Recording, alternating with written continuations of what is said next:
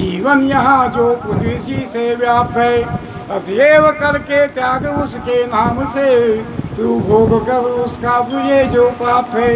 धन की किसी के भी न रख तू वासना, करते हुए ही कर्म इस संसार में, शतवर्ष का जीवन हमारा इष्ट हो। यहाँ उपस्थित संतों, महात्माओं, महापुरुषों, बालकों, महिलाओं, सबके बीच में कुछ दो शब्द कहने का मुझे भी अवसर प्राप्त हुआ है। इसलिए मैं श्रीमान गोपीराम जी महाराज साहब और हमारे संचालक जी का आभार मानते हुए, हमारे किशनगढ़ से पधारे हुए हरिदास जी महाराज पीठाधीश के चरणों में प्रणाम करके और सभी संतों के प्रणाम करते हुए बहुत ही संक्षिप्त में अपनी बात कहूँगा, परंतु जो कहूँगा उसको आप ध्यान से सुनें और लगे तो ऐसा करें। मैं यहाँ कोई प्रवचन करने तो नहीं आया, मैं तो संतों के दर्शन करने आया। तो इसलिए संतों के चरणों में ही प्रणाम करता हुआ, संतों के विषय में ही यहाँ गुरु महिमा इसलिए हो रही है कि आज त्रयोदशी और कल 14 और परसों जो है गुरु पूर्णिमा है, यानी व्यास पूर्णिमा है। तो वेद व्यास जिन्होंने महाभारत लिखा, पुराण लिखे और वेदों का जिन्होंने सार्वजनिक रूप से जो है प्रन्यास किया, और अभी जो यहाँ बच्चियाँ आई थी जिन्होंने भगवत गीता के 2-4 श्लोक भी कहे। आपको मालूम होगा कि महाभारत में भगवत गीता 20वें पर्व में 25 से लगा करके 42 में अध्याय तक 18 अध्याय है। तो मैं आपसे ये कहना चाहता हूँ कि पहले तो उन व्यास जी महाराज को, जिसको गुरु पूर्णिमा भी कहते हैं और वही उनका जन्मदिन है, थोड़े से उनके जीवन के बारे में ये कहा जा सकता है कि उनके पिता पराशर ऋषि थे और माता सत्यवती थी, और नारायण के अंशावतार होने के कारण वो जल्दी बढ़ गए।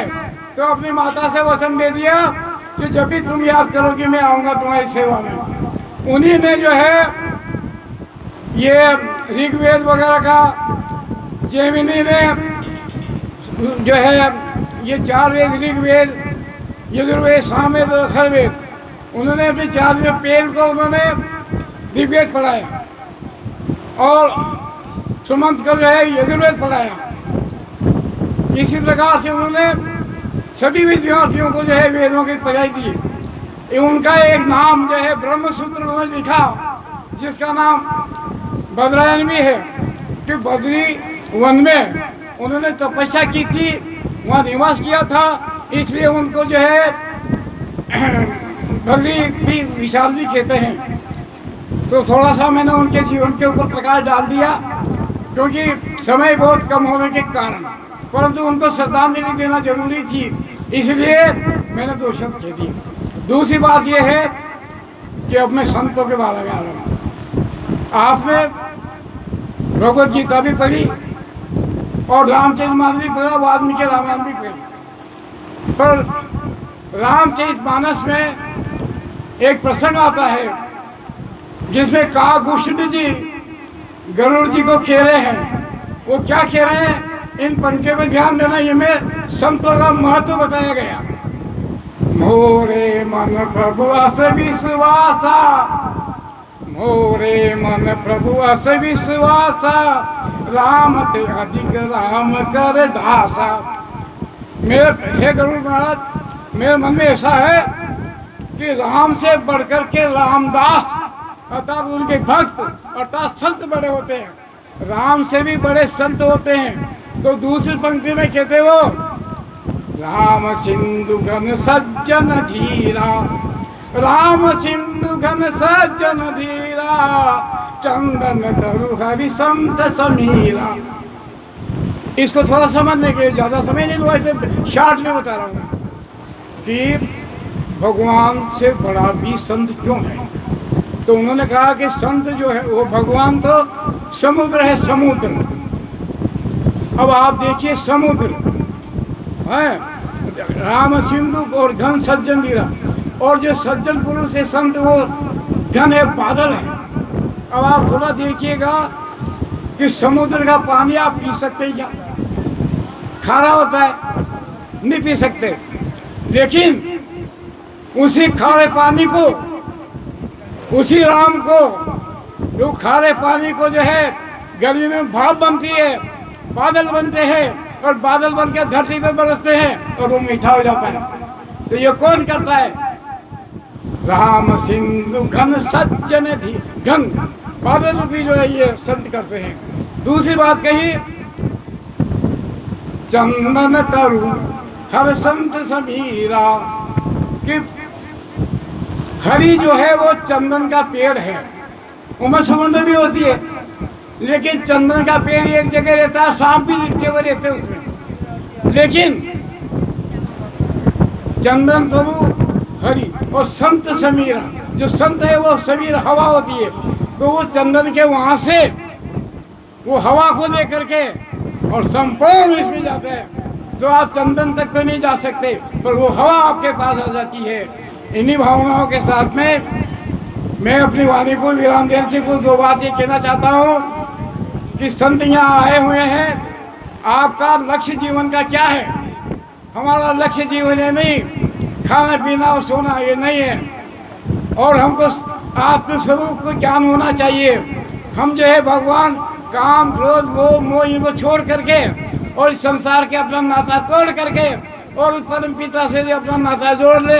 और हम कहते हैं, भगवान ने बहुत स्पष्ट शब्दों में कहा है, मामे वंशो जीव लोक के जीव भूत सनातना है, कि ये जो जीव लोक अर्थात जीव जहाँ रहता है ये शरीर, इसके अंदर जो है वो सनातन अंश वो मेरा ही है। लेकिन वो मेरे को भूल करके और मन सष्टानी इंद्रियानी प्रकृति का स्थिति, मन में मन और इंद्रियां ये जो प्रकृति के हैं उनको अपनी ओर आकर्षित करता है। तो हमें ऐसा नहीं करना चाहिए।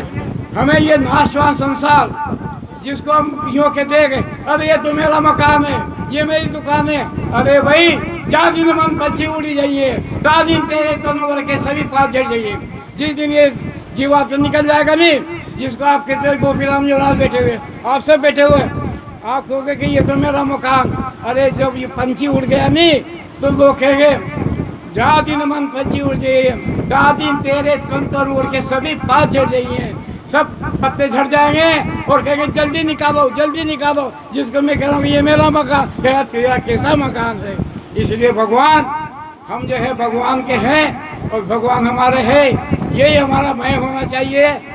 ये महमता और ममता इस भाव से परिचित होना चाहिए। इन्हीं भावनाओं का सामने मैं अपनी जो है वाणी को विराम देता हूँ। आपने मुझे समय दिया, बहुत बहुत धन्यवाद, बहुत बहुत धन्यवाद। बोलो बाबा रामदेव की जय। खम्मा खम्मा वो धनी लूनी जारा धनी ने खाने तो भावे आखी मारवाड़ हो आखी गुजरात हो अजमाल जीरा कंवरा।